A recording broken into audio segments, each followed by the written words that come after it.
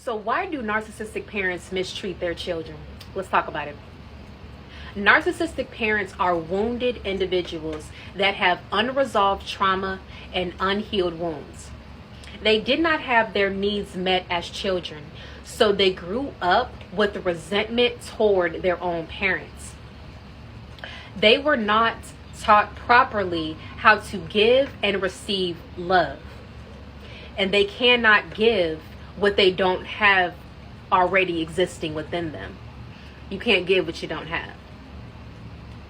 They repeated the same cycle that they grew up in and perpetuated the same exact abuse and trauma that was inflicted on them onto their own children instead of stopping the cycle. But not because they wanted to, but because they were not aware of the type of toxicity they endured when they were growing up. Their abnormalities and toxicity and dysfunction was seen as normal to them, and that's all they knew, that's all they were taught, that's all they were experienced with. So with that experience, they projected that same experience onto their own families when they had children.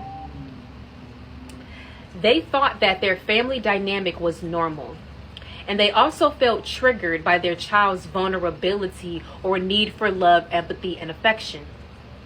Because they have not fully healed emotionally, they instead will channel their anger and frustrations out on their children, especially their scapegoat child.